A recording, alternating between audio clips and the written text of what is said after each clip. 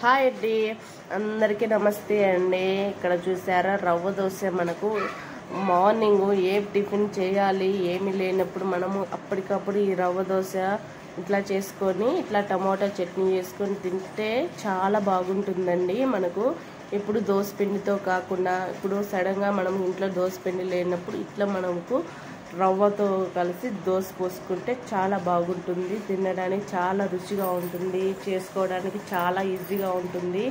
ఎలా చేయాలనేది చూపిస్తానండి.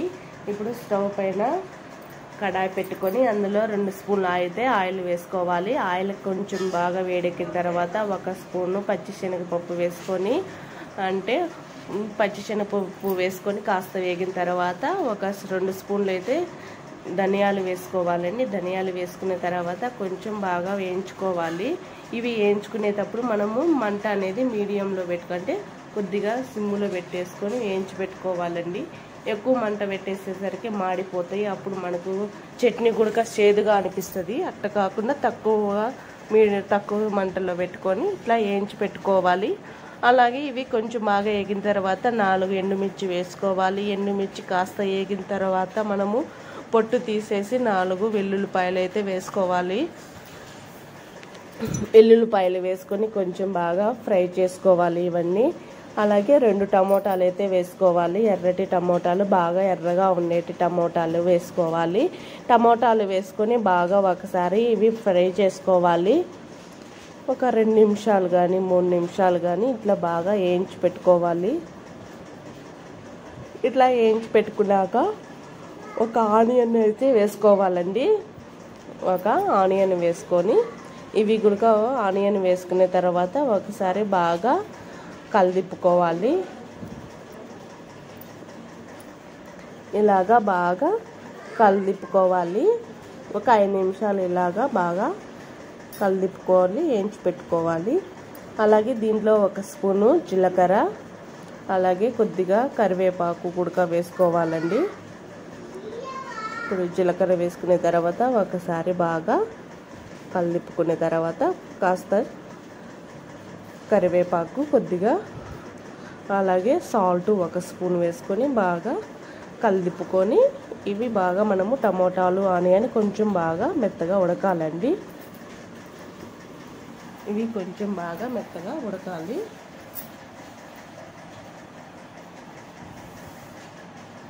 ఇట్లా ఒక 5 నిమిషాలు బాగా వేయించుకొని పక్కనైతే పెట్టేసుకోవాలి.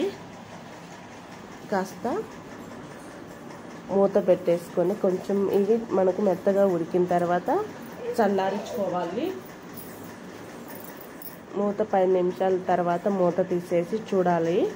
అప్పుడు మనకు టమోటాలు అనేది కొంచెం బాగా వేగినాయి కదా. వేగిన తర్వాత మనము స్టవ్ ఆఫ్ చేసుకొని పక్కనైతే పెట్టేసుకోవాలండి. కాస్త చల్లారిన తర్వాత మనం మిక్సీలో వేసుకోవాలి. ఈ మాత్రం ఉడికితే చాలు. మనకు టమోటాలు మెత్తగా ఉడకాల్సిన అవసరం లేదండి. ఈ మాత్రం టమోటాలు ఆనియన్స్ ఇవన్నీ వేగితే చాలు. ఇవి కాస్త చల్లారించిన తర్వాత మిక్సీ జార్లో అయితే వేసుకోవాలండి. ఇట్లా అంతా మనము ఒకసారి మిక్సీ జార్లో వేసుకొని మెత్తగా కొంచెం గ్రైండ్ చేసుకోవాలి. మీరు కావాలనుకుంటే దీంట్లో కొద్దిగా బెల్లం కానీ అలాగే కొద్దిగా చింతపండు కానీ వేసుకోవచ్చు. కొద్దిగా మీరు గట్టిగా అనుకుంటే కొద్దిగా వాటర్ పోసుకొని గ్రైండ్ చేసుకొని మెత్తగా. ఇది టమోటా చట్నీ దోశల్లోకి ఇడ్లీలోకి అనేది చాలా బాగుంటుందండి. ఈ విధంగా చేసుకుంటే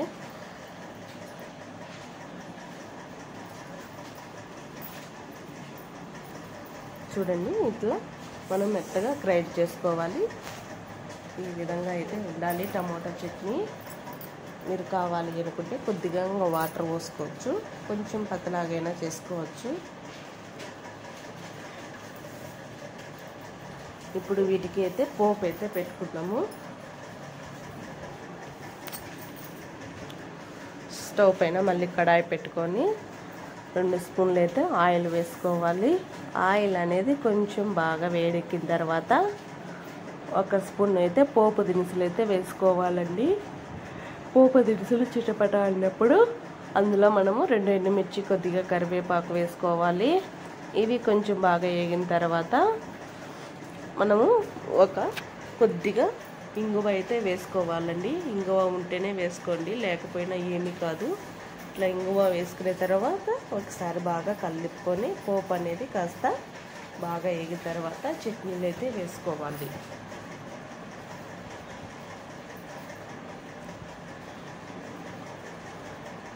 పోపత్త అనేది మనము చట్నీలోకి అయితే వేసుకోవాలి. చూడండి, వేసిన తర్వాత అంతా ఒకసారి బాగా పైన అట్లా కలుపుకోండి, సరిపోతుంది. అప్పుడు చాలా బాగుంటుంది. ఇట్లా ఈ విధంగా టమోటా చట్నీ చేసుకుంటే ఒకసారి ఈ విధంగా ట్రై చేయండి. మనము బ్రేక్ఫాస్ట్లోకి చాలా బాగుంటుంది. ఇడ్లీలోకి, దోశలోకి, ఏ దాంట్లోకైనా చాలా బాగుంటుంది.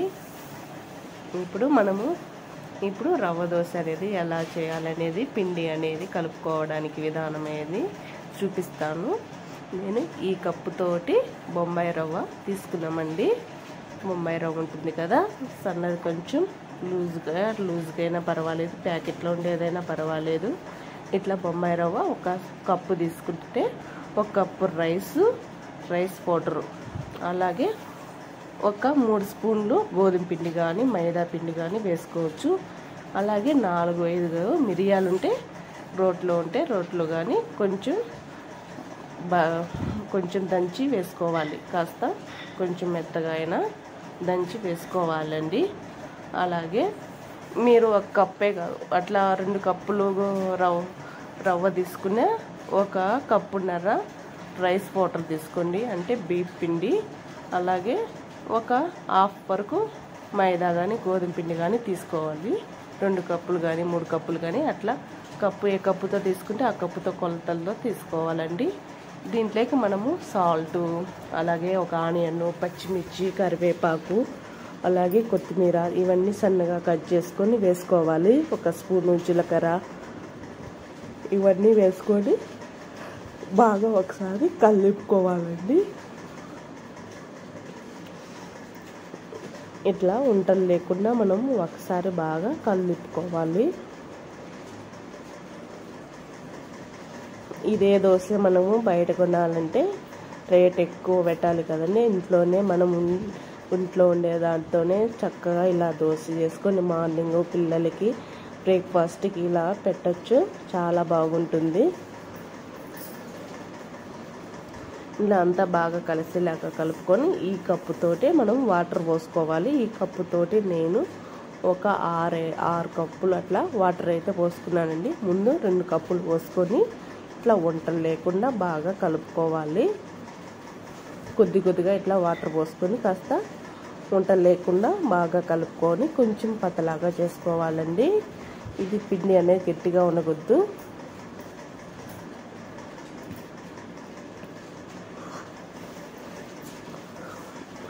ఇట్లా మనము కప్పుతోటి ఇట్లా 6 కప్పులు పోసుకుంటే, మీరు ఇంకా కాస్త గట్టిగా ఉంది పిండి అనుకుంటే కొద్దిగా వాటర్ పోసుకొని కొంచెం పతలాగా చేసుకొని పోసుకోవచ్చు దోశ. చూడండి, ఈ విధంగా అయితే మనము కొంచెం చూడండి, పిండి కాస్త గట్టిగా ఉంది కదా, ఇట్లా ఈ విధంగా ఉంది అనిపించినప్పుడు కొద్దిగా వాటర్ పోసుకొని పతలాగా చేసుకొని దోశ అయితే చేసుకోవచ్చండి. చాలా బాగుంటుంది రవ్వ దోశ అనేది. సేమ్ మనం దోశ పిండి లాగానే ఉంటుంది రవ్వ దోశ పోసుకొని తింటే.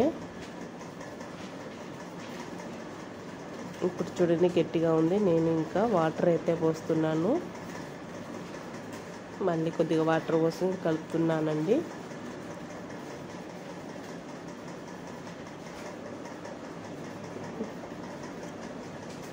చూడండి, వంటలు లేకుండా అంతా బాగా కలిసేలాగా కలుపుకోవాలి.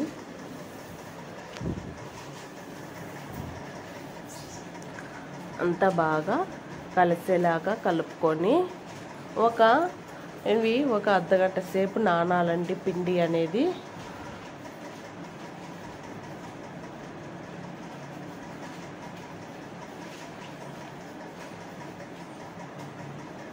చూడండి, ఇప్పుడు ఈ మాత్రం అయితే ఉండాలి పతలాగా.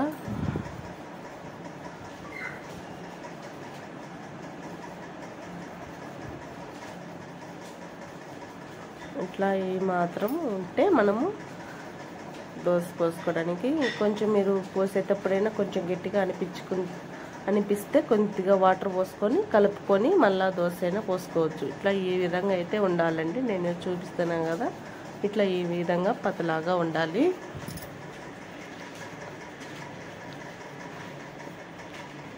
ఇప్పుడు ఈ పిండి అనేది ఒక అర్ధగంట సేపు నానాలండి. అందులో కొద్దిగా వంట సోడా వేసుకొని బాగా కలుపుకోవాలండి.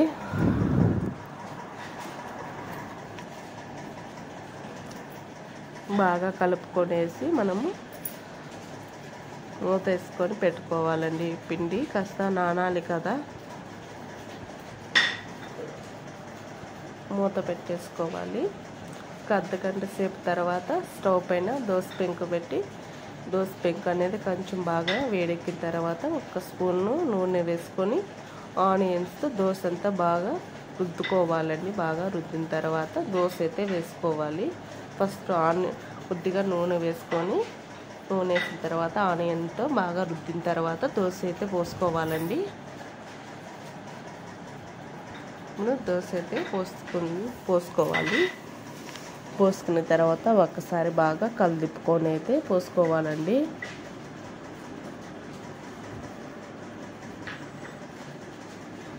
చూడండి, ఆ విధంగా అయితే పతలాగా పోసుకోవాలి.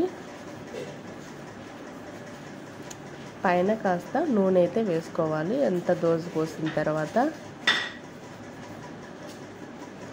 ఇదిగో చూడండి, కాస్త నూనె అయితే కొంచెం సైడ్ కానీ మధ్యలో కానీ అంతలాగా వేసుకోవాలి. మనం తీసేటప్పుడు దోశ అనేది ఇట్లా బాగా వస్తుంది. సైడ్ అంతా వేసుకొని కాస్త మధ్యలో వేసుకున్న తర్వాత కొంచెం బాగా ఇట్లా దోశ కాలిన తర్వాత అయితే తెరదిప్పుకోవాలి. కొంచెం మీడియంలోనే పెట్టేసుకొని దోశ బాగా కాల్చిన తర్వాత ఇట్లా కాగిన తర్వాత మనకు తెలుస్తుంది. ఇట్లా ఈ విధంగా కొంచెం రావాలి అండి.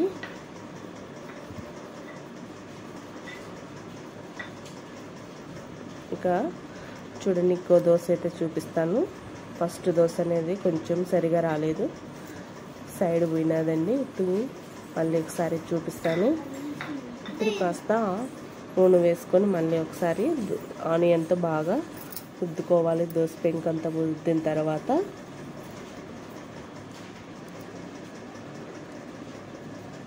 ఇప్పుడు మళ్ళీ ఒకసారి దోశ అనేది పతలాగా చేసుకోవాలండి.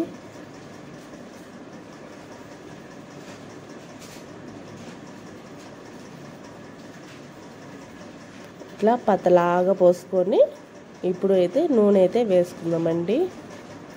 సైడ్ అంతా నూనె వేసుకోవాలి, మధ్యలో వేసుకోవాలండి.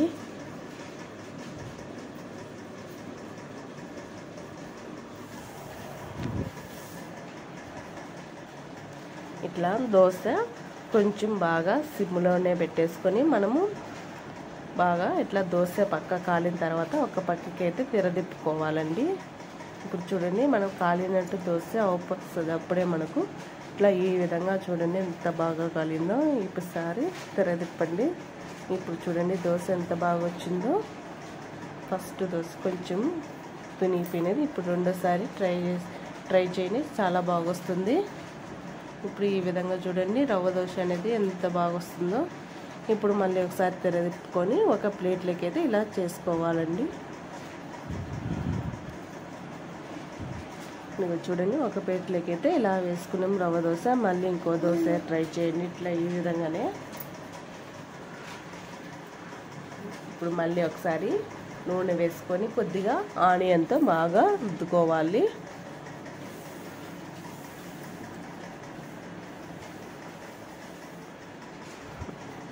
ఆనియన్తో బాగా రుద్దుకున్న తర్వాత దోశ అయితే వేసుకోవాలండి. మీడియంలోనే పెట్టేసుకొని మనము వంట ఇట్లా రవ్వ దోశ పతలాగా అయితే పోసుకోవాలండి. చూడండి, ఇట్లా అయితే పోసుకున్న తర్వాత నూనె అయితే వేసుకోవాలి. పైన చుట్టుపక్కల వేసుకోవాలి. చుట్టుపక్కల వేసుకుంటే మనకు దోశ తీసేటప్పుడు కాలినప్పుడు బాగా వస్తుంది, తునిపోకుండా. ఇప్పుడు నూనె మధ్యలో ఉడక వేసుకోవాలండి. చూడండి మళ్ళా మనం కాలినట్టు దోశ చూడండి ఎంత బాగా అనిపిస్తుందో. బాగా అట్లా అనిపించినప్పుడే దోశ తిరగతిప్పండి, అప్పుడు బాగా వస్తుంది. చూడండి మనము ఇట్లా మామూలుగా దోశ పిండితో ఎట్లా పోస్తామో దోశ అట్లా ఆ కలర్ ఎట్లా వస్తుందో సేమ్ ఇట్లా రవ్వ దోశ కూడా ఆ కలర్ అయితే వచ్చింది, ఎర్రగా బాగా చాలా బాగుంటుంది. ఈ విధంగా వస్తే టేస్ట్ కూడా చెప్పని అవసరం లేదు, చాలా బాగుంటుంది ఈ విధంగా చేసుకుంటే రవ్వ దోశ.